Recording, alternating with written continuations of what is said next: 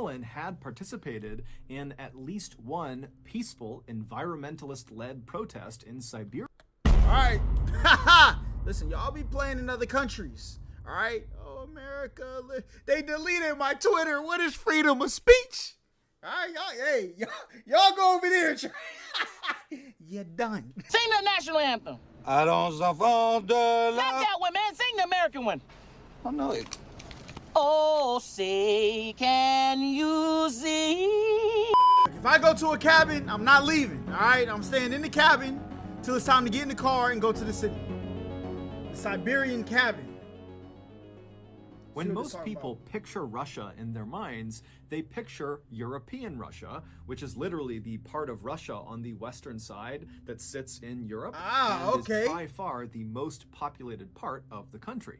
But European Russia only accounts for 23% of the total territory that is Russia. The other 77% is to the east of European Russia. It starts at the Ural mountain range and it extends all the way over 5 million square miles to the Pacific Ocean. And this vast, mostly forested expanse, which is 50 times bigger than the entire United Kingdom, is called... I thought they was about to say United States. I was about to say, no way, bro. 50 times, United Kingdom, that's a different story. Siberia. And Siberia is absolutely brutal. In Siberia, it is almost always freezing cold. Literally. The average annual temperature across all of Siberia is 32.9 degrees. That's all I need to hear. I'm never going, bro. I don't do the cold, okay? As soon as temperature hit like, you know what I'm saying, 60, 68, I'm out of there. Fahrenheit. I'm inside. So it is 0.9 degrees above freezing on average every single day. In addition to the extremely deadly weather that exists basically year-round in Siberia, Siberia is also home to a bunch of huge deadly animals, such as the brown bear, which is the same as the infamous grizzly bear. And that's the most dangerous bear too, right? Wolf, which by size alone makes virtually all other wolves look like little puppies. Gray wolves can grow to be nearly 200 pounds. And of course, there is the highly intelligent Siberian tiger, who is perhaps one of the only predators on Earth that is known to seek out and kill people for revenge. Oh, see, that's... Look, I told y'all I would go to an old place in Canada, you know what I'm saying, the Headless Valley. I'm there, all right? I ain't dealing with no animals, bruh. Especially for revenge. You telling me I accidentally step on your little kitten foot and you gonna hunt me down? I'm good, bro. For example, in 1997, a hunter named Vladimir Markov was walking through a Siberian forest when he came face to face with one of these Siberian tigers, and he ended up shooting the tiger before fleeing, except the tiger didn't die. Instead, it got up and secretly followed Vladimir all the way back to his cabin, and then this tiger camped out outside of the cabin until Vladimir came out again, and the tiger pounced, killed him, and ate him. And so, unsurprisingly, Siberia has an absolutely minuscule population relative to its massive size. However, there are some adventurous people out there who are drawn to Siberia for the same reasons that most other people avoid it. These adventurous people see Siberia as one of the last truly wild places on our planet, and they want to experience it for themselves. And they want to ruin And one of these highly adventurous people was a young man named Colin Madsen. Colin, who came from a very successful American family, was a big outdoors enthusiast who at some point in his youth began researching Siberia because he fell in love with its rugged natural beauty. He quickly began researching not only Siberia, but Siberian culture and Russian culture, and also at some point he became fluent in the Russian language. Then, just in to go 2013, explore when forest? Colin was 22 years old, he left his home in Missouri and moved to Siberia. He settled in one of Siberia's few population centers, a city called Irkutsk, which is located in the southeast of Siberia and right along the edge of Lake Baikal, which is the world's deepest freshwater lake. Colin's Siberia plan was twofold. He would go to school while he was there, and he would go out and explore. And at first, his plan went perfectly. He was accepted into Moscow State Linguistic University in Irkutsk, and very quickly he made friends who were eager to accompany him on his adventures out into the Siberian We can't do wilderness. regular stuff From anymore. His arrival in Siberia in 2013 Make s'mores, to 2016, play cards. Colin did well in his studies, and he spent countless hours exploring the forests and mountainous areas all around Lake Baikal and right outside of Irkutsk. In fact, Colin became so familiar with this region that he began volunteering with a nonprofit in the area that went around marking new trails, which meant Colin was literally venturing into the wilds of Siberia. Jack, thank and you for the just sub. marking the trail as he went. So when Colin's family heard about what happened to him in 2016, they could not believe it.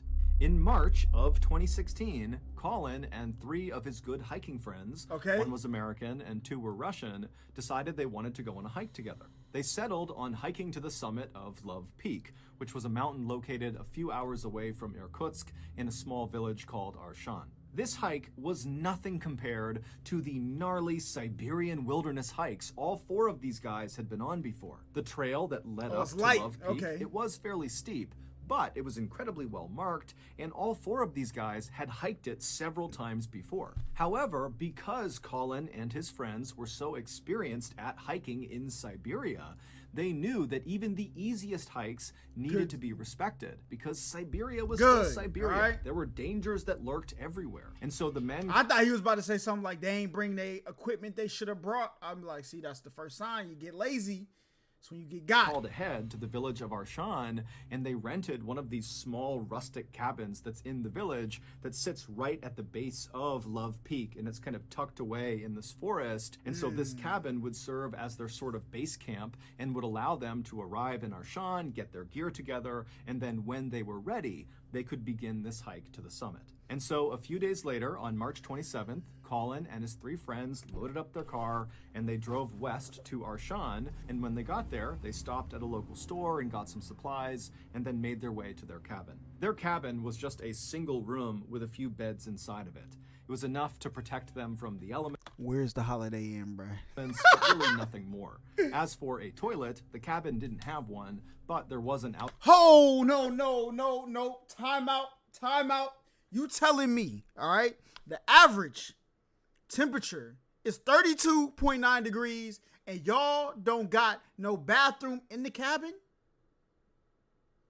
You know how much my wee gonna shrivel up trying to go outside and pee? Come on now, what are we doing, bro? What are we doing? Outhouse outside that they could use. So after the friends moved Watch into Alphabet the cabin Lore. and claimed their beds Might have to and check put that their out. things down, they all sat down and began prepping their gear and eating some food and chatting. And then finally, at 2 a.m., they decided they needed to go to sleep because their plan was to get on the path up to Love Peak by 7 a.m., which meant they needed to get up at 5 a.m. to make their final preparations. So at 2 a.m., the lights in the cabin turned off and the friends all fell asleep. And then 3 hours later, at 5 a.m., when the lights came back on again, it was immediately clear something was wrong. Colin was not in his bed. His friends assumed, when they looked over at his bed and saw his personal belongings were all still there, that Colin must have gotten up and headed outside, maybe to use the... And not only that, what if I gotta pee at night? What am I supposed to do? Out here with freaking tigers that are gonna track me down, you know what I'm saying, for tripping over their tail. Outhouse or go for a quick walk, and they just hadn't heard him leaving. And so the 3 friends initially just kind of shrugged off Colin's absence and said, you know, he'll be back any minute, most likely, and if for some reason he's not back soon, he'll certainly be back by 7 a.m. because that was the agreed upon time they would leave for this hike. But as the minutes ticked closer and closer to 7 a.m. and Colin still had not shown up or tried to call them or do anything, the friends started to worry. It just didn't make any sense that Colin would just get up and leave without telling them where he was going. Finally, at 7 a.m., when Colin still had not shown up and the friends' cursory search of the outside area near the cabin had yielded no results, they decided they had to tell someone. And so they wrote a note addressed to Colin, and they put it on the front of their cabin door. And this note basically just told Colin, you know, if you come back here and you see this note, know that we're looking for you. So stay put or tell someone you're here. And so after putting up this note, the friends left the cabin and they headed to the nearest police station where they reported Colin missing. The police would eventually launch this huge search in and around Arshan, both in the forested area right around the village and then also up into the mountains near Love Peak. But despite this huge effort, no one could find trace. Colin, at least not at first. All right, look, I'm trying to get my predictions, and it's not clicking. Now, if my man gets found with no head, he's out of here. A couple of months ago, I was laying in bed when I heard this strange tapping. Oh, you got me. You almost got me. You know what I'm saying? Link in description. I had prepared for this off, and Mr. Landshark was land dead. Now, of course, most of you are thinking, come on, John, that's crazy. All right. Effective or EMT home occur. On your home, safe's big as yours. There we go. Link in Mr. Ball in description. Y'all go check that out, all right? On Monday, April 4th, so 8 days into Colin's disappearance, a group of searchers were looking in the forest about 1 mile away from the cabin where Colin and his friends had been staying. And they look up ahead and they see there is this clearing and there's something in the middle of it. Some clothes? So the searchers begin moving their way towards this clearing, ducking under branches and stepping over brush. And when they get close enough, they can see Colin is in the clearing. And Colin is deceased. He was laying flat on his back with his left arm extended out to the side and his right arm extended but closer to his body, and both of his hands were clenched in tight fists. And on his hands and his wrists were visible abrasions and cuts, which later would be determined to have most likely been caused from someone or something holding onto him, trying to restrain Colin. Colin also had visible abrasions and cuts on the front of his neck. Colin's clothing, which consisted of a long-sleeve thermal shirt, heavy pants, and hiking boots, were ripped and torn in several places. And interestingly... Yo, nah, that man went out there and got into something freaky, boy. Man went and found the 50 Shades of Grey teepee party. Okay?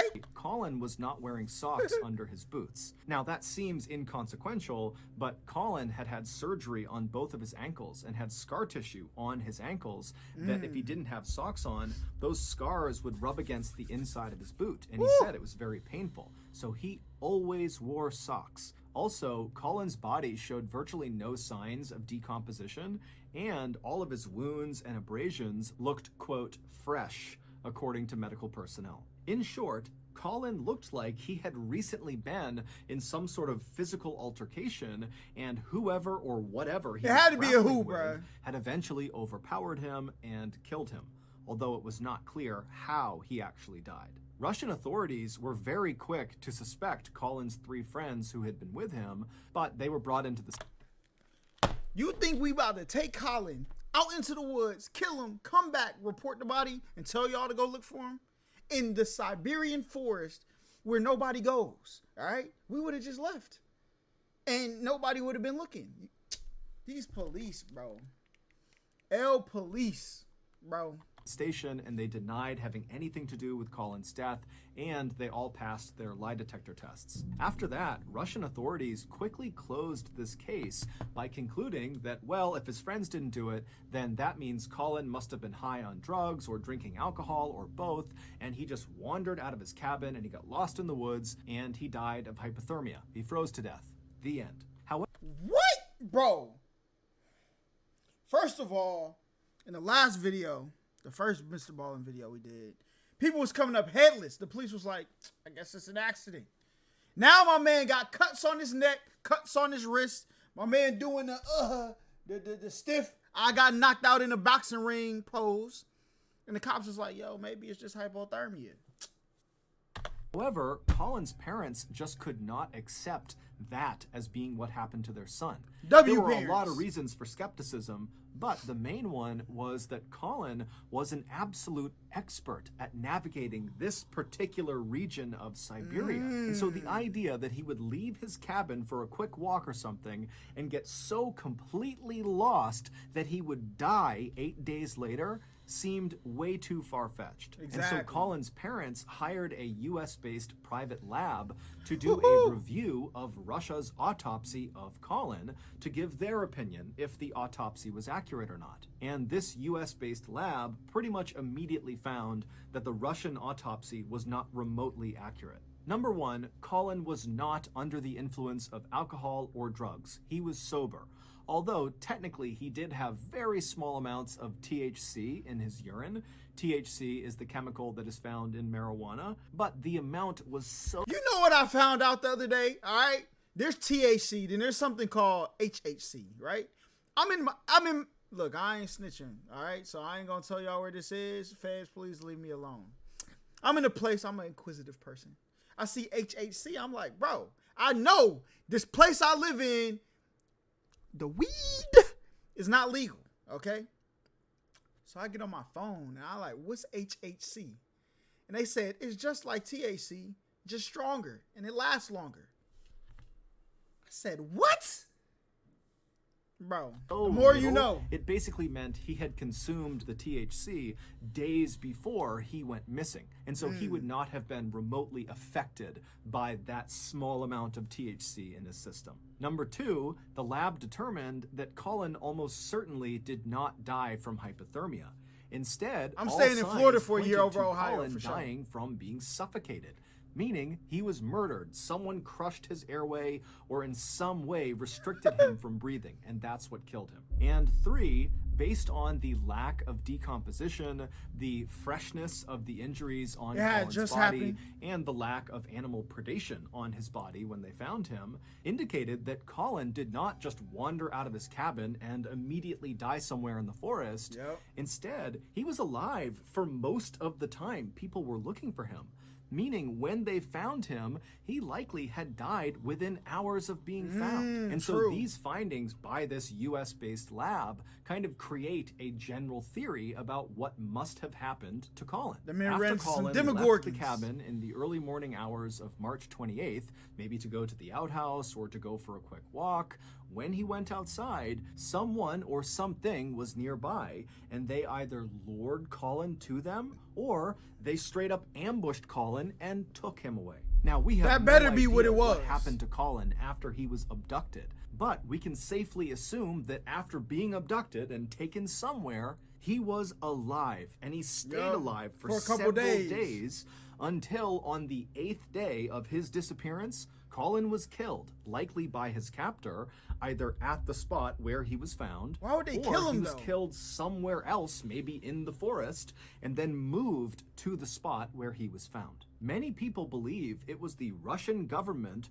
who targeted Colin, they kidnapped him, and they killed him. And their botched investigation into his death was actually a calculated cover-up. Colin had participated in at least one peaceful environmentalist-led protest in Siberia.